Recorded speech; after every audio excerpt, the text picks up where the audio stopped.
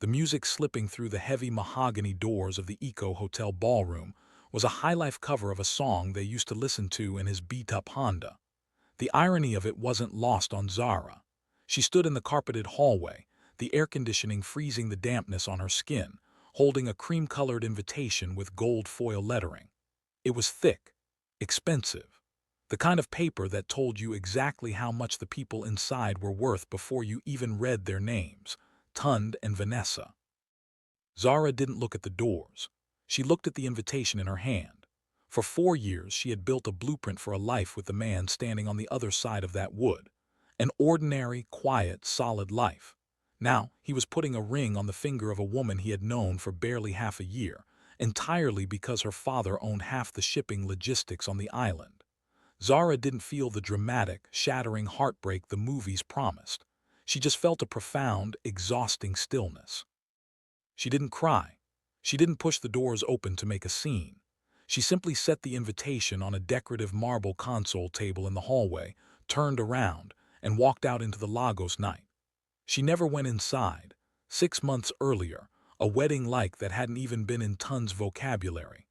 They were sitting on the floor of her small apartment in Yaba, eating spicy noodles directly from the pot because she hadn't unpacked her plates yet.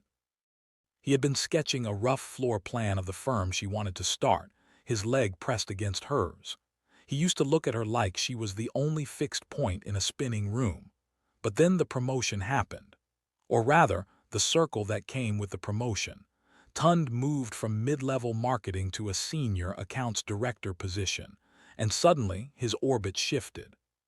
He started spending weekends with men who wore Hublot watches casually and talked about real estate in Ikoyi like they were buying groceries. Zara watched the change happen in slow motion. It started with small things. He stopped wanting to eat at the local spots they loved, claiming the ambience was wrong. He bought a car he couldn't comfortably afford. He began looking at Zara's architectural ambitions not as a shared dream, but as a financial liability. The fracture finally split open on a Tuesday. They had attended a dinner party hosted by one of his new clients. Zara had worn a simple, elegant dress she tailored herself. Vanessa had been there, dripping in understated generational wealth, talking about her family's summer home in Milan. Zara caught Tund looking at Vanessa and then looking back at Zara. It wasn't lust in his eyes. It was calculation. It was the look of a man measuring what he had against what he could buy into. When they got back to his car, the silence was suffocating. Zara didn't yell. She just looked out the window at the passing streetlights and said, "You felt small in there tonight, didn't you?" Tund's hands tightened on the steering wheel. He hated being seen through. "I felt like I was finally in the room I belong in, Zara. You should be happy for me." "I'm happy for you," she replied quietly. "But you're looking at those people like they're a finish line. You're looking at me like I'm a delay." He parked outside her building. He didn't cut the engine. He didn't look at her. The dashboard lights cast a pale, hollow glow over his face. "We're almost 30, Zara. We have big dreams, but dreams don't pay the bills. Love doesn't pay the bills. Look around us. Do you know how long it's going to take to build the life we want from scratch? Decades, if we ever make it at all." "So you find a shortcut," she said, her voice steady despite the way her chest was hollowing out. "Find security," he snapped, finally looking at her. His eyes were defensive, already building the narrative that would make him the victim. "You deserve someone who understands your dreams, Zara. Someone who can sit in the trenches with you. I can't do the trenches anymore. I'm tired." He was using her dreams as an excuse for his greed. It was a coward's exit, wrapping his ambition in a fake apology. She didn't argue. She didn't beg. She unbuckled her seatbelt, stepped out of the car, and closed the door. By the time she reached her gate, he was already driving away.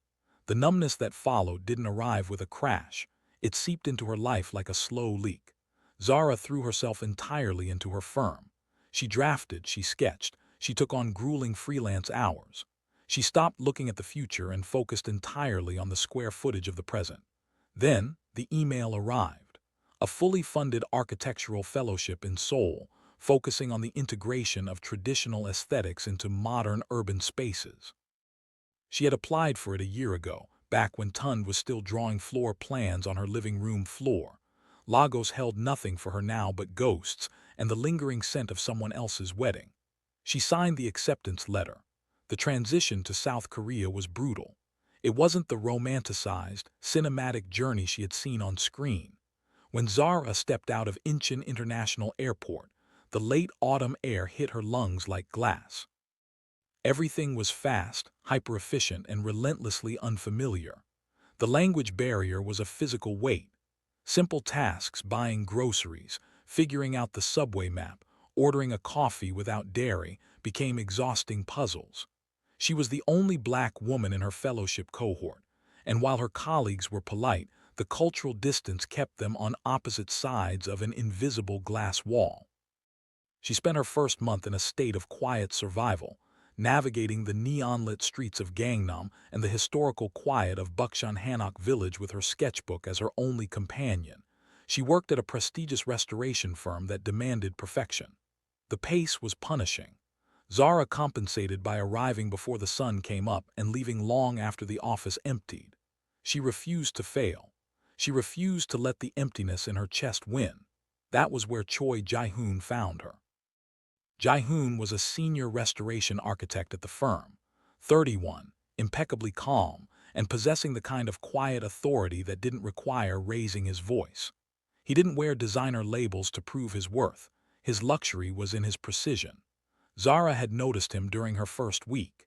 He was the only person in the digital-heavy office who still kept a physical drafting table covered in charcoal and vellum. For the first 3 weeks, they barely spoke. Just polite bows and brief nods in the break room. Jae-hoon was not a man who forced conversation, but he was a man who noticed everything. It happened late on a Thursday evening. The office was deserted, the Seoul skyline glittering beyond the floor-to-ceiling windows. Zara was staring at a complex structural problem on her monitor, her eyes burning. She had skipped lunch again. Her stomach tightened, but she ignored it, pulling a fresh sheet of drafting paper toward her to try and work the problem out by hand. She was so deep in her frustration that she didn't hear the soft footsteps approaching her desk. A sleek, insulated thermos was set gently beside her keyboard. Zara jumped slightly, looking up.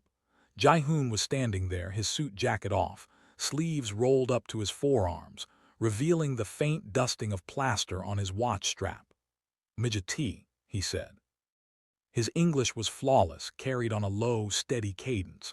"It helps with the focus, and it is better for an empty stomach than the machine coffee you have been drinking since 2 o'clock. Zara looked at the thermos, then up at his face. There was no pity in his expression, no lingering, expectant gaze waiting for her to fawn over the gesture. It was just a simple, factual observation. "Thank you," she said, her voice a little hoarse from not speaking for hours. "I lost track of time." Jae-hoon's eyes dropped to the vellum on her desk. She had been struggling to blend the brutalist concrete requirements of their current project with the warm, breathable courtyard concepts she was used to designing back home. "You are fighting the materials," he noted quietly. Zara bristled slightly, the instinct to defend her work kicking in. "I'm trying to make the transition seamless. The concrete feels too dead against the wood." "Concrete does not bend to wood," Jae-hoon said, pulling a mechanical pencil from his pocket. He didn't take her seat or lean over her in a way that crowded her space. He just pointed the tip of the graphite at the intersection of her drawing. "You are trying to hide the joint. Don't hide it. Let them clash. The tension between the heavy concrete and the living wood is the architecture. It is honest." He looked at her, his dark eyes catching the ambient light of the monitor. "Sometimes things do not blend perfectly. You just have to build a strong enough bridge between them so they can coexist without breaking." Zara stared at the drawing. He was completely right. The design didn't need to be forced into a false harmony. It needed to acknowledge the friction.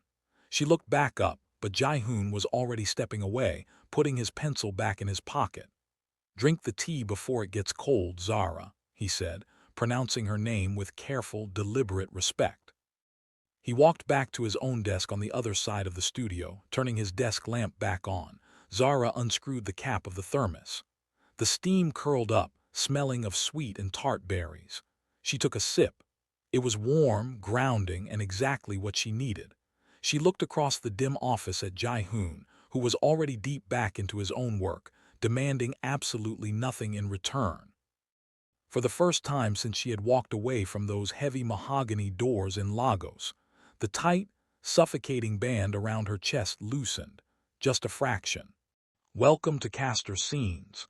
If you're enjoying this story, please like, comment, and subscribe. This story is about to be even more interesting.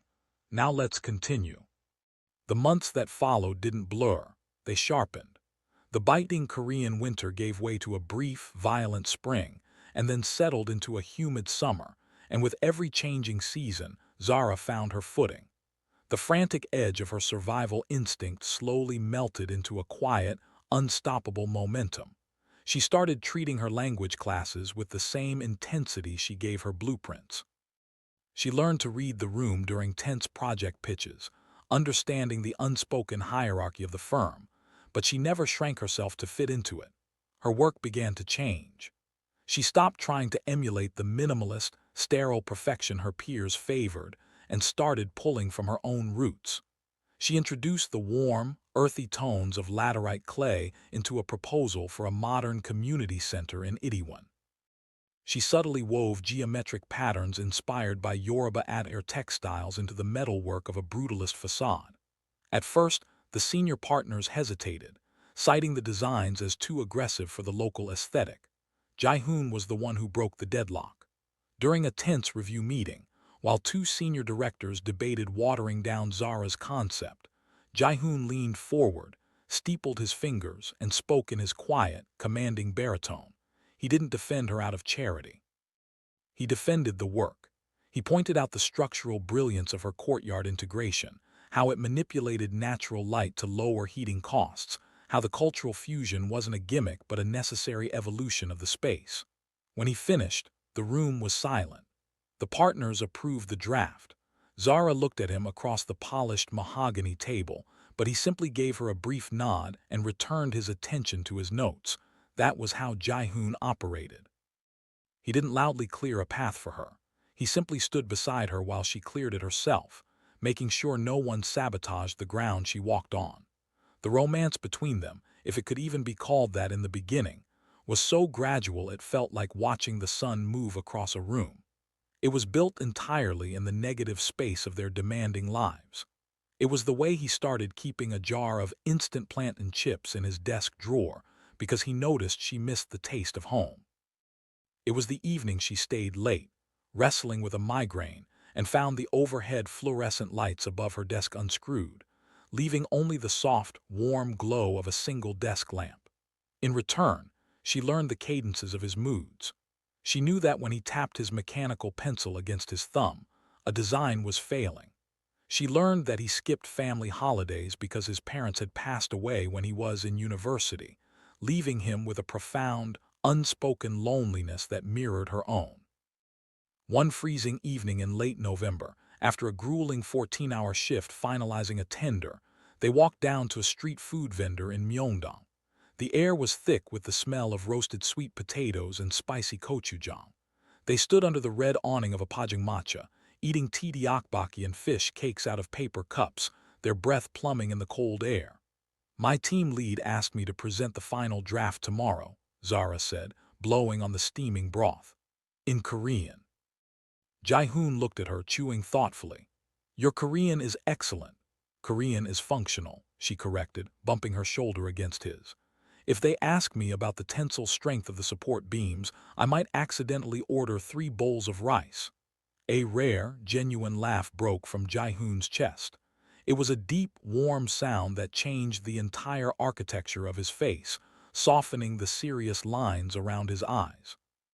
He looked down at her, the neon lights of the street reflecting in his dark eyes, and for a second the bustling noise of Seoul seemed to drop away entirely. "Teach me something," he said suddenly. In Yoruba, he nodded. Zara thought for a moment. "Letter 1EB9 NL letter 1EB9, she said slowly. "It's a greeting, like saying hello but with respect. You say it to someone you value." "Letter 1EB9 NL letter 1EB9, he repeated. His pronunciation was stiff, the tonal shifts completely wrong, making the phrase sound entirely different. Zara laughed, burying her face in her scarf. "Absolutely not. You just insulted my ancestors." He smiled, a small, private thing, and tried again. He kept trying, standing in the freezing cold until he got the intonation right. He didn't complain about the difficulty. He just put in the work. Later that night, they returned to the empty office to gather their bags. The city below was a sprawling grid of gold and white lights. Zara stood by the window, her reflection ghosting against the glass. The laughter from the street stall had faded, leaving behind a sudden heavy vulnerability. "I used to have my whole life drawn to scale," she said quietly, not looking away from the glass. The words slipped out before she could stop them, pulled loose by exhaustion and the safety of his presence. The apartment, the firm, the timeline. I thought losing him meant losing my future. When he left, when that blueprint tore, I thought I had nothing left to build on. Jae-hoon stepped up beside her. He didn't offer a platitude. He didn't tell her that her ex was a fool or that she was better off. He simply stood with her, looking out at the same city skyline. "When a foundation fails," Jae-hoon said softly, "it feels like the end of the building, but the ground is still there. The land hasn't moved." He turned his head to look at her, his expression steady and deeply kind. "Maybe it didn't destroy the future, Zara. Maybe it only changed the map." She finally looked at him. In the quiet dimness of the studio, the last remnants of the anger and inadequacy she had carried from Lagos finally let go. She didn't need to prove anything to the ghost of Tun Bello anymore. She was already standing on solid ground. 3 years passed. Zara Ademi was no longer the quiet, surviving intern carrying a sketchbook like a shield. She was a junior partner. Her name had started appearing in international architectural digests, celebrated for a signature style that seamlessly integrated West African communal spacing with East Asian minimalist flow. She spoke Korean with a fluency that commanded respect in boardrooms. She traveled across the continent managing projects, and she carried herself with a profound, unhurried peace. The girl who had stood freezing in the hallway of the Eco Hotel holding a wedding invitation was gone. And then the invitation to return came. The Pan-African Architectural Summit was being held in Lagos, and Zara was requested as the keynote speaker. It was a victory lap she hadn't actively sought, but one she was ready for. Jae-hoon was scheduled to fly in on the third day of the conference to represent their firm at the closing gala. When Zara walked onto the stage in the main auditorium of the Eco Hotel, the very same building she had walked away from 3.5 years ago, she didn't feel a surge of vindictive triumph. She just felt calm. She wore a stunning, structural dress of deep indigo, her posture perfect, her voice projecting clearly across the packed hall as she spoke about building physical spaces that honored the emotional history of the people who used them. Near the back of the auditorium, sitting in the shadows of the tiered seating, a man froze. Tun Bello stared at the stage, his heart hammering a frantic, uneven rhythm against his ribs. He had come to the summit on a networking mandate for his father-in-law's firm. He hadn't looked at the keynote speaker's name. But the moment the voice came through the sound system, a cold wave of recognition washed over him. He leaned forward, gripping the armrests of his chair. It was Zara. But it wasn't the Zara he remembered. The woman on the stage wasn't glamorous in the loud, desperate way his current social circle demanded. Her presence was gravitational. She looked wealthy in the way that had nothing to do with money and everything to do with complete self-assurance. She was answering a complex question from a panelist with a relaxed smile, gesturing with a hand that bore no rings, looking utterly, devastatingly content. Tun felt a sharp, suffocating pressure in his chest. For the last 3 years, his life had looked spectacular on paper. He drove the German cars, he wore the Swiss watches, he had the corner office. But the reality of his marriage to Vanessa was a polite, frigid arrangement of separate bedrooms and joint bank accounts. Vanessa wasn't a monster. She was simply a woman who had married a man for his compliance, not his companionship. They had nothing to say to each other when the dinner parties ended. There was no warmth.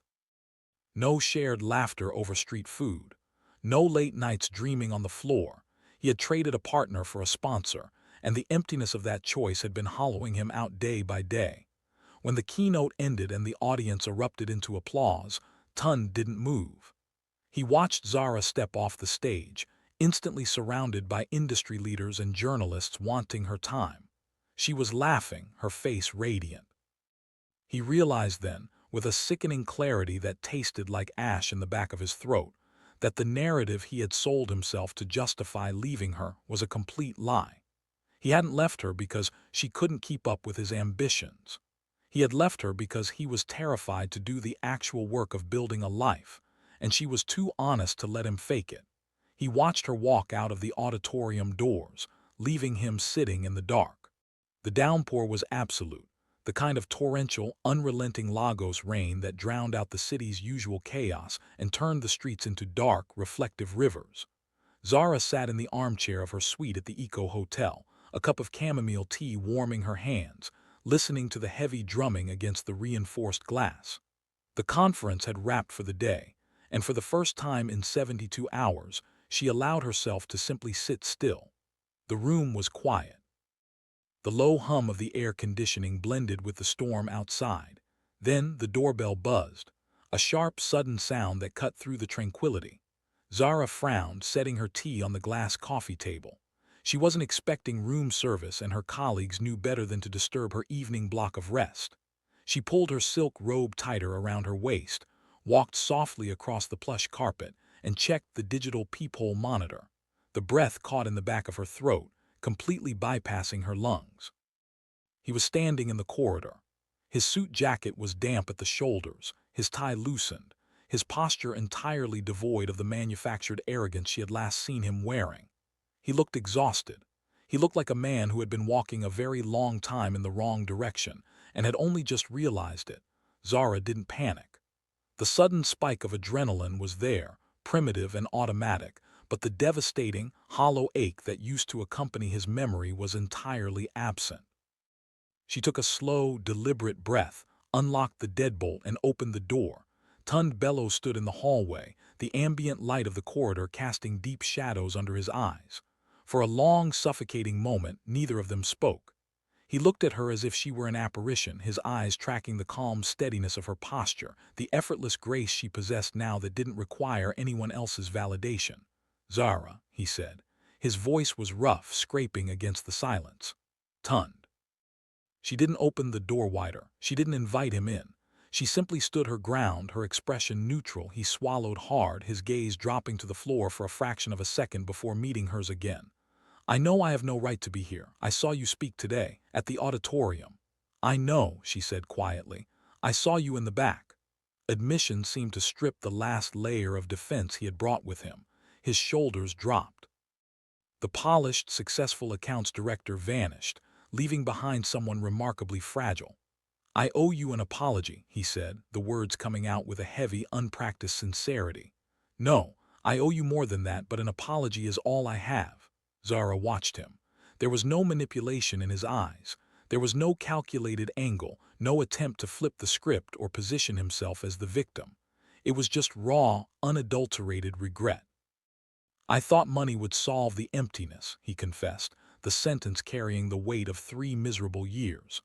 "I thought if I just got into the right rooms, drove the right car, married into the right family, that the anxiety would stop. But it didn't. It just bought a more expensive kind of quiet." He stepped half a pace forward, though he kept a respectful distance. "I traded everything that was real for things that looked good on paper. And I have spent every single day since watching the life I actually wanted belong to someone else." The hallway was agonizingly still. He wasn't asking for her back. He was simply bleeding out the truth because he couldn't carry it anymore. A younger Zara might have felt a vicious, satisfying thrill at his confession. A younger Zara might have thrown his words from that night in the car back in his face.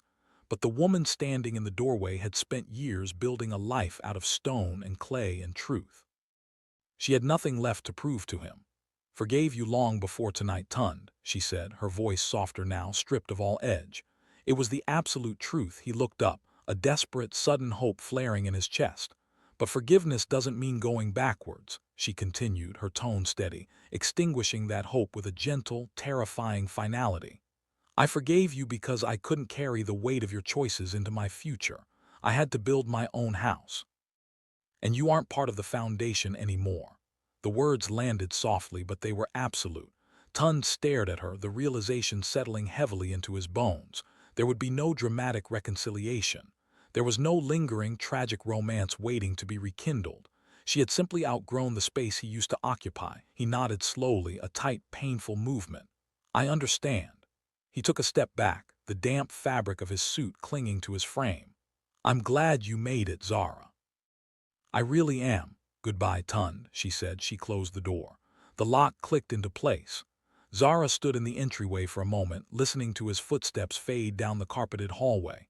She waited for the grief to hit her, for the tears to rise, but the only thing that rushed into the empty space in her chest was a profound, soaring sense of peace. She walked back to her armchair, picked up her tea, and took a sip. It was still warm. The closing gala of the Pan-African Architectural Summit was a glittering, high-society affair held in the hotel's grand banquet hall. The room was a sea of bespoke tailoring, crystal chandeliers, and the overlapping cadence of a dozen different languages.